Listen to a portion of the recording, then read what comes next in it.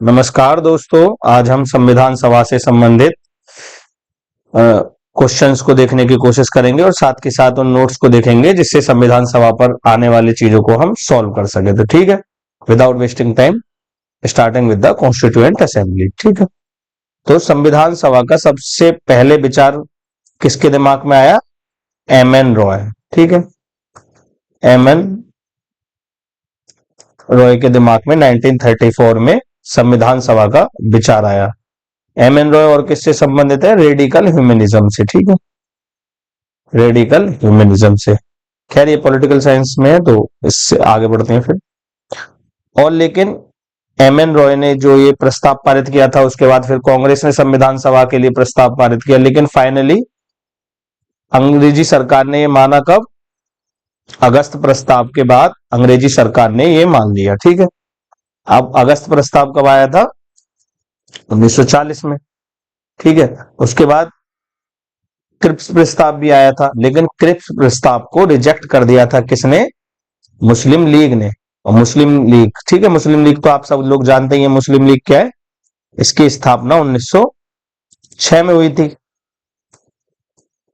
ठीक है, तो इन्होंने मना कर दिया था संविधान सभा के लिए जो क्रिप्स प्रस्ताव में जो रिकमेंडेशन इनने दी थी। ठीक है, क्योंकि ये दो अलग अलग संविधान सभाएं बनाना चाहते थे, लेकिन फाइनली 1946 में कैबिनेट मिशन, जो कैबिनेट मिशन योजना थी, उसके अंतर्गत संविधान सभा को अपना लिया गया। ठीक है, ये वाला क्वेश्चन बार बार आता है कि संविधान सभा जो बनी थी उसको कौन से योजना के अंतर्गत अपनाया गया? उस योजना का नाम है जी कैबिनेट मिशन। ठीक है, अब एक और चीज थी, जो ये कैबिनेट मिशन योजना थी, ये ऐसे नहीं थी कि हिंदुस्तान और पाकिस्तान के लिए अलग थी, ये संयुक्त थी। मतलब इसमें हिंदुस्तान और पाकिस्तान दोनों के सदस्य थे और कोई डिफाइन नहीं था कि जी ये अलग अलग बनेंगे।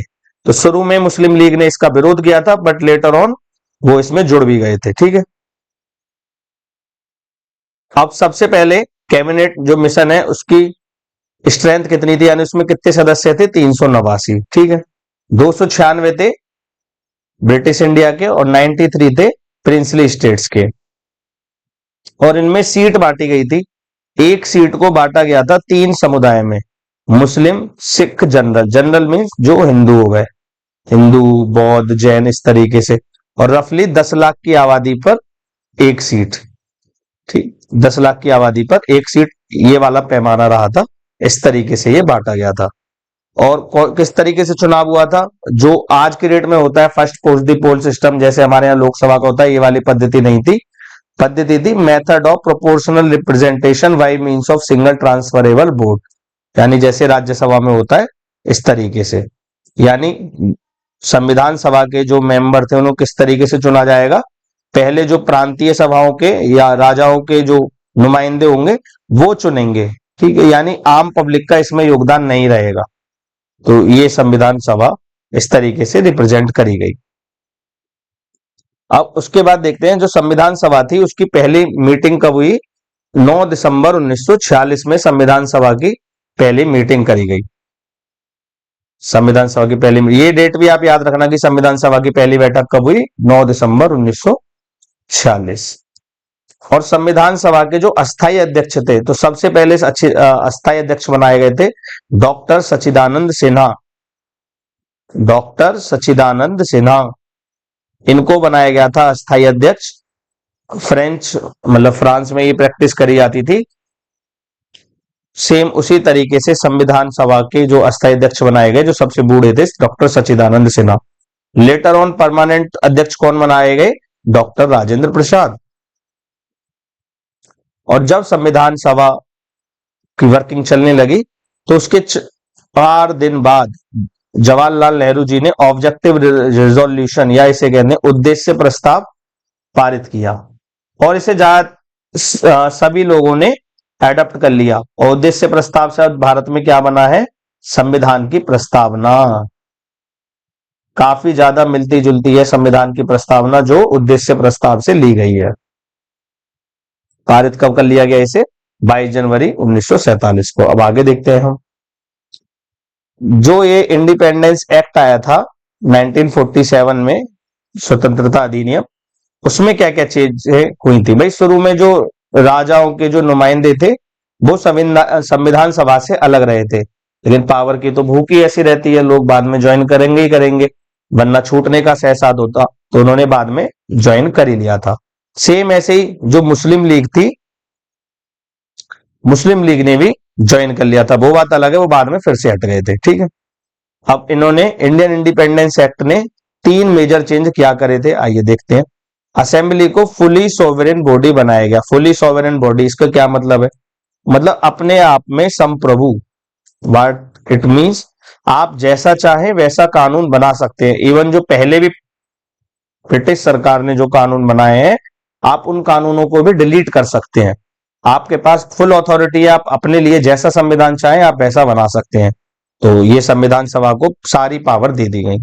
दूसरा, इसको एज ए विधायिका की तरह भी शुरू में संविधान की सभा ने काम किया। विधायिका यानी कानून बनाना, डे टू डे एक्टिविटीज देखना, ये विधायिका का काम था। विधायिका माने जैसे आज भारत की संसद काम करती है। तो जब ये संविधान सभा की तरह मिलती थी, तब इसके अध्यक्ष कौन होंगे भाई? डॉक्टर राजेंद्र प्रसाद। और जब जब ये एज ए विधायिका या संसद की तरह मिलती थी, तब इसके अध्यक्ष कौन थे? जीवी मावलांकर। तो ये नाम याद रखना आप, जीवी मावलांकर।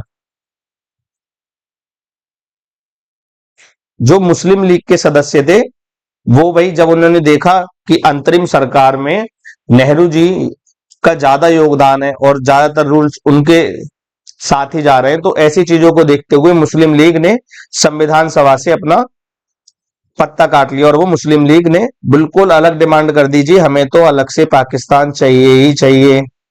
यानी जो 2 नेशन थ्योरी या द्विराष्ट्र सिद्धांत है, धर्म के आधार पर बंटवारा, वो मुस्लिम लीग ने जाहिर कर दिया कि जी हमें अब अलग पाकिस्तान चाहिए और हम संयुक्त संविधान सभा में नहीं बैठ सकते।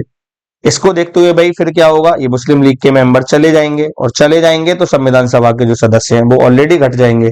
तो जो पहले संख्या 389 थी, वो घटकर कितनी रह गई? 299। ठीक है, ये तो आप खाली ये देखना कि जी 389 से 299 रह गई संख्या। जो पहले ब्रिटिश जहां राज करते थे, जो पहले 296 थे पूरे भारत को मिला के, से भारत को आप मैप देखेंगे, ठीक है। तो जहां पहले भारत में बांग्लादेश या पाकिस्तान वगैरह आ रहा था, ये वाला रीजन, अब वो दोनों रीजन मुस्लिम लीग के साथ चले गए। तो ये मुस्लिम लीग ले गई इन दोनों को, तो अब यहाँ के उम्मीदवार भी तो चले जाएंगे। तो 389 से ये कितने बचे? 299 बचे। अब 299 भी जो वहां ब्रिटिशर्स या ब्रिटिशर्स का शासन था, वहां 296 से बचे 229, मतलब जहां अंग्रेजों का सीधे शासन था, और कुछ देसी रियासतों का शासन था, वो 93 से घटकर बची 70। ठीक है, 299 थी। और क्या था?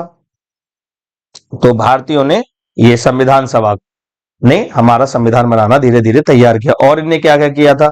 जो ये क्वेश्चन आते हैं आप इनको नोट डाउन कर लीजिए किसी जगह, और कि ये क्वेश्चन आते ही आते हैं, ठीक है। संविधान सभा पे, संविधान सभा ने राष्ट्रीय ध्वज को भी अपनाया। कब अपनाया? 22 जुलाई 1947 को।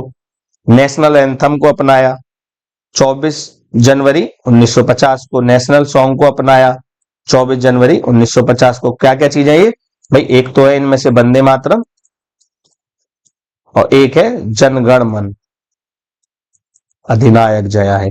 इन दोनों चीजों का अपनाया 24 जनवरी 1950 को।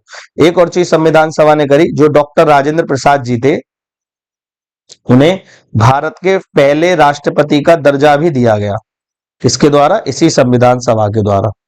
समझ में आया? तो हमारी संविधान सभा बहुत ही महत्वपूर्ण रही है हमारे जो स्वतंत्रता के बाद इतिहास रहा है, और भारत की नींव रखने में, भारत की एकता रखने में, भारत के लोगों को एक तरीके से जोड़ने में हमारी संविधान सभा का बहुत महत्वपूर्ण योगदान रहा है। अब आगे देखते हैं जिन पे सवाल आते हैं। बहुत तरह की इस समय संविधान में समितियां बनी थी, जैसे आज आप देखेंगे कई तरह की संसदीय समितियां बनती हैं, पर उस टाइम पे संविधान में कई सारी इंपॉर्टेंट कमिटीज बनी थी, क्योंकि बहुत सारे रूल्स हमें एक नव भारत के लिए चाहिए थे, जो स्वतंत्र हो, जहां समानता की भावना हो, बंधुत्व की भावना हो, स्वतंत्रता की भावना हो, जहां सभी के लिए समानता के अवसर हो, कोई भेदभाव ना हो। तो एक नए संयुक्त राष्ट्र की जब हमें नींव रखनी थी, तो कई तरीके की हमने समितियां बनाई, और बहुत विद्वान लोगों ने उस पर अपने विचार, अपने ज्ञान से अपना सहयोग दिया, तब जाके भारतीय संविधान बनाया। तो बारी बारी से देखते हैं, जो महत्वपूर्ण कमेटियां थी, उनमें सबसे महत्वपूर्ण कमेटियों के नामों में देखते हैं यूनियन पावर कमेटी। इसके प्रमुख कौन थे? डॉक्टर जवाहरलाल नेहरू। फिर यूनियन कॉन्स्टिट्यूशन कमेटी यानी संयुक्त संविधान समिति, जवाहरलाल नेहरू। और एक ऐसी कमेटी जिसे राज्यों से बातचीत करनी थी कि भाई आपके पास क्या चीज रहनी है, कौन सी शक्तियां रहनी है, कौन सी नहीं रहनी, ये सब किसके हाथ में था? जवाहरलाल नेहरू। यानी आप देखेंगे महत्वपूर्ण महत्वपूर्ण चीजें जवाहरलाल नेहरू जी के पास थी, जिन्होंने भारत को एकता के सूत्र में बांधा और लोकतंत्र को आगे बढ़ाया। अब आगे देखते हैं, प्रोविंशियल कॉन्स्टिट्यूशन कमेटी, ये किसके पास थी? सरदार वल्लभ भाई पटेल। सरदार वल्लभ भाई पटेल के बारे में आप एक चीज और जानिए, पहले भारत के गृह मंत्री और उप प्रधानमंत्री भी हैं, और इन्हें भारत का लौह पुरुष या आयरन मैन ऑफ इंडिया कहा जाता है, क्योंकि यही एक ऐसे इंसान है जिन्होंने 552 रियासतों को भारत में मिलाया। सरदार वल्लभ भाई पटेल, बहुत बड़ा योगदान है इनका। अब आगे देखते हैं, ड्राफ्टिंग कमेटी यानी ऐसी समिति जिसने हमारे संविधान की रूपरेखा सब तैयार करी। और ये कौन है? इसके प्रमुख डॉक्टर भीमराव अंबेडकर। इन्हें संविधान का जनक भी माना जाता है, भारतीय संविधान का जनक डॉक्टर भीमराव अंबेडकर को माना जाता है। ठीक है। अब उसके बाद rules of procedure committee, steering committee, इन दोनों के अध्यक्ष कौन थे? Doctor Rajendra Prasad, doctor Rajendra Prasad. ठीक है। तो शुरू की 5 कमेटियां ज्यादा महत्वपूर्ण रहेंगी। उसके बाद वो कमेटी जिसने संविधान बनाने में महत्वपूर्ण योगदान दिया, उस कमेटी को हम कहते हैं ड्राफ्टिंग कमेटी। उसके चेयरमैन कौन थे? डॉक्टर भीमराव अंबेडकर। ठीक है, ये बार बार आता है। डॉक्टर भीमराव अंबेडकर को एक और चीज और हम कहते हैं मॉडर्न मनु। जैसे मनु थे तो उनने पहले कानून बनाए थे, इन्हें मॉडर्न मनु कहा जाता है, क्योंकि इन्होंने बहुत तरीके के कानून बनाए और ये बहुत ही कानून के बहुत बड़े विद्वान थे डॉक्टर भीमराव अंबेडकर जी।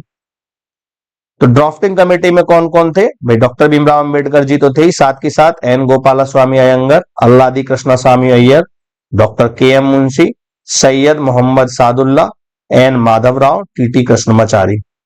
तो ये 6 लोग और थे। मैं इस चीज को इस तरीके से याद रख रहा हूं, मान लीजिए जैसे कृष्ण जी हैं, कृष्णा जी के कई अवतार इसमें थे। देखिए, एक तो गोपाला स्वामी अयंगर हो गए, अल्लादी कृष्णा स्वामी अय्यर हो गए, माधवराव ये भी कृष्ण जी के सी अवतार है, टीटी कृष्णमाचारी। तो 4 तो कृष्ण जी के नाम, मतलब इस तरीके से आप शॉर्ट ट्रिक याद कर सकते हैं, डॉक्टर अंबेडकर जी और ये कृष्ण जी के जहां नाम आएंगे वो 4, प्लस इतनी सारी चीजों को संभालने के लिए हमें एक मुंशी की जरूरत पड़ेगी। और उसके बाद एक है जी सादुल्ला, मतलब सब अच्छा हुआ तो अब हमारे साथ सादुल्ला। ठीक है, इस तरीके से मैं तो शॉर्ट ट्रिक याद रखता था। आप भी तैयार कर सकते हैं कि जी कौन कौन थे ड्राफ्ट कमेटी के मेंबर? अंबेडकर और कृष्णा नाम से 4, गोपाला स्वामी, कृष्णा स्वामी, माधवराव, टीटी कृष्णमाचारी, सबको संभालने के लिए एक मुंशी, और लास्ट में इस चीज को कंप्लीट को हम कह देंगे सादुल्ला, मतलब सब ठीक ठाक रहा। संविधान का जब इनेक्टमेंट हुआ था, तो अभी मैंने बताया था 389 में से 299 मेंबर बचे थे जब मुस्लिम लीग चली गई थी। सही है। यहां 70 देसी रियासतों के थे और 229 किसके थे? ब्रिटिश इंडिया के बचे थे। अभी बताया था ना, इस तरीके से था। तो जिस दिन संविधान पे साइन होने थे उस दिन कितने मेंबर प्रेजेंट थे? खाली 284 ही प्रेजेंट थे उस दिन। ठीक है। और जब हमारा शुरू में जो संविधान को अडॉप्ट किया गया, वो कब किया गया? 26 नवंबर 1949 को। और करंट डिस्पेंसेशन यानी जो करंट सरकार है, ये इसे संविधान दिवस के रूप में भी मनाती है। तो अगर पेपर में आए कि संविधान दिवस कब है, तो 26 नवंबर 1949 को पहली बार मना, इस दिन को याद करने के रूप में संविधान दिवस को हर 26 नवंबर को मनाया जाता है।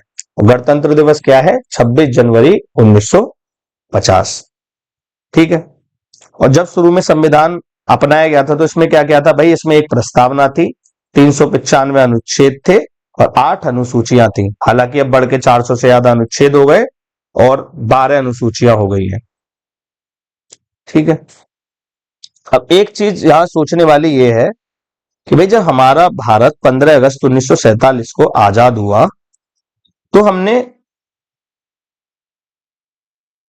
26 जनवरी को गणतंत्र दिवस क्यों मनाया भाई? 25 को ही मना सकते थे, 26 नवंबर को मना सकते थे, तभी हमने गणतंत्र दिवस 26 जनवरी को क्यों मनाया? इसके पीछे सबसे बड़ा रीजन ये है जी कि 26 जनवरी 1930 को जब पूर्ण स्वराज दिवस के रूप में मनाया गया था। क्यों मनाया गया था? क्योंकि जो लाहौर प्रस्ताव हुआ था 1929 में, तो उसमें कई सारी मांगे करी गई थी जो ब्रिटिश सरकार ने मानने से इनकार कर दिया था। तो एज ए डोमिनियन स्टेट्स की जगह हमने इस तरीके से फिर अपना रखा कि अब भारत अपनी पूर्ण स्वतंत्रता ही रखेगा। ठीक है, जैसे ऑस्ट्रेलिया है, ऑस्ट्रेलिया में डोमिनियन स्टेट्स रहा, लेकिन भारत ने फिर जब ये प्रस्ताव नहीं मान अंग्रेजों ने नहीं माना तो अपना पूर्ण स्वराज दिवस मनाया, रावी नदी के तट पर तिरंगा झंडा फहराया। अब इस दिवस को हम स्वतंत्रता दिवस के रूप में निरंतर मनाते थे, लेकिन हो क्या गया भाई? 15 अगस्त 1947 को हमारा देश हो गया था आजाद, लेकिन इस दिन को याद भी रखना था 26 जनवरी 1930 वाले को। इसीलिए हमने इस दिन की सिग्निफिकेंस को देखते हुए 26 जनवरी 1950 को गणतंत्र दिवस के रूप में मनाया, और आज भी हर साल 26 जनवरी को हम गणतंत्र दिवस के रूप में मनाते हैं। अब एक इंपॉर्टेंट चीज हमारे दिमाग में आनी चाहिए, भाई गणतंत्र क्या होता है? भाई गणतंत्र ये होता है जहां हमारे यहां राष्ट्रपति का चुनाव किया जाता है। ठीक है, वो पद्धति बताएंगे जैसे जैसे क्लासेस आगे बढ़ेंगी, पर यहाँ हमारे यहाँ ये चीज याद रखनी है, राष्ट्रपति का चुनाव होता है। जैसे आप ब्रिटेन में देखोगे, ब्रिटेन में राष्ट्रपति की जगह क्या है? राजा होते हैं या रानियां होती हैं। ठीक है, वहां मोनार्कियल सिस्टम है, लेकिन हमारे यहाँ रिपब्लिक सिस्टम है। राष्ट्रपति का चुनाव होता है, अमीर हो गरीब हो हर आदमी के पास अवसर है जो राष्ट्रपति बन सकता है। प्लस हम लोगों के पास जहां अवसर है वहां भेदभाव नहीं किया जाएगा। ठीक है, तो इसलिए इसे हम गणतंत्र कहेंगे। अब आगे बढ़ते हैं और कई सारे इंपॉर्टेंट फैक्ट देखते हैं संविधान से संबंधित। संविधान सभा का जो संकेत था उसे हाथी को चुना गया। हाथी हिंदू धर्म में वैसे भी बुद्धिमत्ता वाला जानवर माना जाता है और इसको पूजा की तरह देखा जाता है, गणेश भगवान जी का प्रतीक है। ठीक है, तो इसीलिए संविधान सभा के प्रतीक के रूप में हाथी को अपनाया गया। और जो सर BN राव थे, इन्हें संविधान सभा का संवैधानिक सलाहकार यानी कानूनी सलाहकार जो सलाह दी वो किसने दी? सर BN राव ने। ठीक है, तो ये चीज भी हमें याद रखनी है। आगे बढ़ते हैं। ठीक है, तो ये है शुरू में भाई इस तरीके से सीटों का आवंटन हुआ था, और मतलब 389 थी, बाद में 299 रह गई थी। ठीक है, और 229 तो ब्रिटिश इंडिया की और 70 देसी रियासतों की। इस तरीके से रहा था जब मुस्लिम लीग छोड़ गई थी। आप इसी को याद रखिए, बाकी फालतू में नहीं पढ़िए। ठीक है, और ये कई सारे आर्टिकल्स हैं, जैसे अनुच्छेद 393 के अंदर क्या है? Short title. 394 के अंदर है कमेंसमेंट। 394 के अंदर है कि हिंदी भाषा में संविधान का रूपांतरण किया जाए। ठीक है, तो आप इंपॉर्टेंट आप इसको याद रखिए, अनुच्छेद 394A, जिसमें हिंदी भाषा में कहने के लिए बोला गया संविधान को किया जाए। ठीक है, तो थैंक यू गाइज। अब जैसे ही हम आगे बढ़ेंगे और संविधान से संबंधित क्लासें देखेंगे और इतिहास, भूगोल, इकोनॉमिक्स, साइंस, सारी चीजों को बारी बारी से देखेंगे जो आपके कई सारे एग्जाम में उपयोगी रहेंगी। तो तब तक मेरे चैनल को आप अपना प्यार दीजिए और मेरे चैनल को लाइक और सब्सक्राइब आप कीजिए, जिससे जब आपका प्यार मिलता है तो वीडियो बनाने में और अच्छा लगता है। Thank you guys.